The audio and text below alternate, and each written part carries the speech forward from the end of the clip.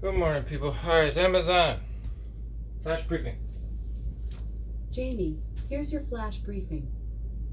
In NPR News.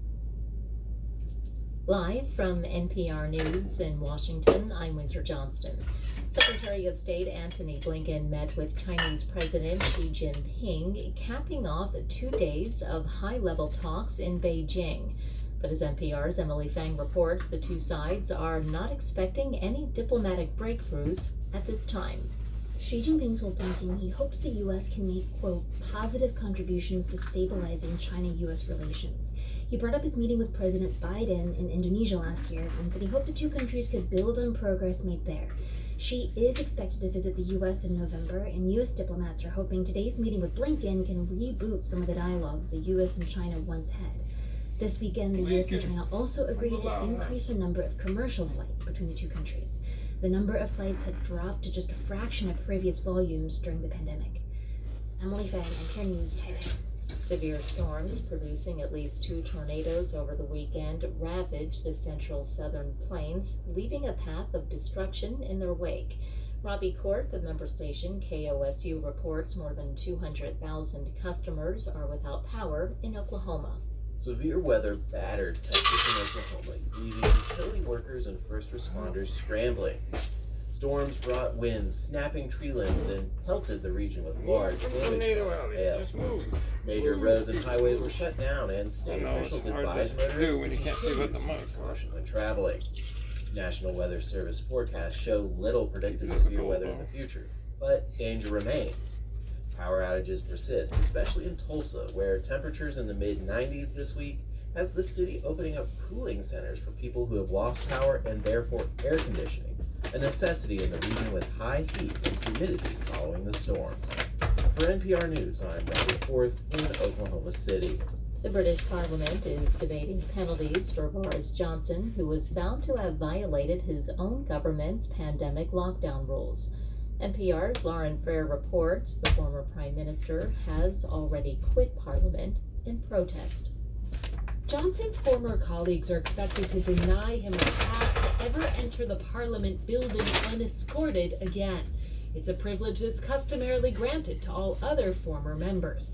Last week, a parliamentary committee found the former prime minister threw parties during COVID lockdown and lied about them to lawmakers. Over the weekend, a new video emerged of Johnson's staff dancing at a Christmas party while the public was prohibited from gathering with loved ones. 2 of those in the video were recently promoted by Johnson, including one to the House of Lords. Dozens of lawmakers from Johnson's Conservative Party are expected to abstain to punish him. Lauren Frere, NPR News, London. You're listening to NPR News in Washington. Fed Chair Jerome Powell is expected to testify before the House and Senate this week. The hearings come just days after the central bank decided to leave interest rates unchanged for the first time in 15 months. Powell has suggested that 2 more rate hikes may be needed before the end of the year in order to get stubbornly high inflation under control. The National Trust for Historic Preservation is marking Juneteenth by funding more than 36 sites of significance to African American history. NPR's Neda Ulabi has more. These sites range from modernist buildings in Los Angeles designed by Black architects to Nantucket's African Meeting House, built in the 1800s. The sites include schools, theaters, and heritage trails around the country. Brent Leggs runs the National Trust's African American Cultural Heritage Action Fund. He says all of the sites tell stories. There are beautiful, complex stories of resilience, only one bank in the country, arts, culture, joy, and the pursuit of education. While only about $4 million are going towards preserving these 40 sites, the fund says it is still the largest resource dedicated to saving African American historic places. Neda Ulabi, NPR News. Police in suburban Chicago are investigating a mass shooting on Sunday that left 1 person dead and at least 20 others injured. The shooting took place at a strip mall where a group was gathering for a Juneteenth celebration. This is NPR News in Washington. In NASA News. NASA awards institutional maintenance, operations, and repair contract. NASA has selected Colsa Corporation of Huntsville, Alabama to provide a broad range of support to the NASA Shared Services Center, NSSC.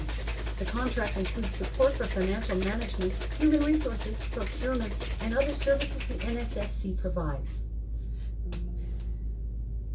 Media are invited to view NASA's Orion spacecraft for upcoming Artemis missions at the agency's Kennedy Space Center in Florida later this summer. NASA will partner with 7 U.S. companies to meet future business and government needs, ultimately benefiting human spaceflight and the U.S. commercial low Earth orbit economy. Kennedy Space Center. Speaking of Kennedys, Robert F. NASA and Kennedy for Boeing said president. Monday the aircraft produced through the agency's Junior, Sustainable that Flight is. Demonstrator Project has been 2023. designated by the U.S. Air Force as the X-66A. In weather. In Seattle, it's 50 degrees Fahrenheit with partly sunny skies. Today, you He's can look putting for interviews showers everywhere, with all a over high of social 62 media. degrees and a low of 51 degrees. From NASA.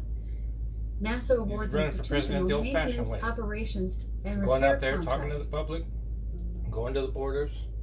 NASA has Putting selected things out on Colsa social Corporation media, of Huntsville, any platform Alabama that'll to take provide a them, broad because the range of mainstream won't. support to the NASA Shared Services Center, NSSC. The contract includes support for financial management, human resources, procurement, and other services the NSSC provides. Media are invited to view NASA's Orion spacecraft for upcoming Artemis missions at the agency's Kennedy Space Center in Florida later this summer. NASA will partner with 7 U.S. companies to meet future business and government needs, ultimately benefiting human spaceflight and the U.S. commercial low Earth orbit economy. NASA and Boeing said Monday the aircraft produced through the agency's Sustainable Flight Demonstrator Project has been designated by the U.S. Air Force as the X-66A. That's all for now. The weather today. Amazon. What's the weather in Kenmore, Washington?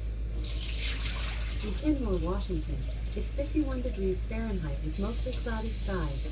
Today, you can look for clouds with a chance of showers, with a high of 62 Chance of degrees and a showers. low of 51 degrees.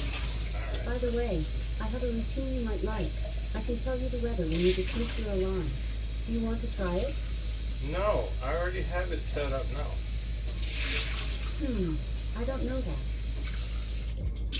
Your butt just didn't say the weather. It's already set up to say weather. Alright. Amazon. Tell us a joke. Want to take this one, Miles? Guess how I keep in contact with Gwen? Go on, guess. I don't know. How? With a webcam. Get it? A webcam? Oh, alright. Okay. Alright, everyone. Have a great day. Peace, love, happiness, prosperity. Mainly love.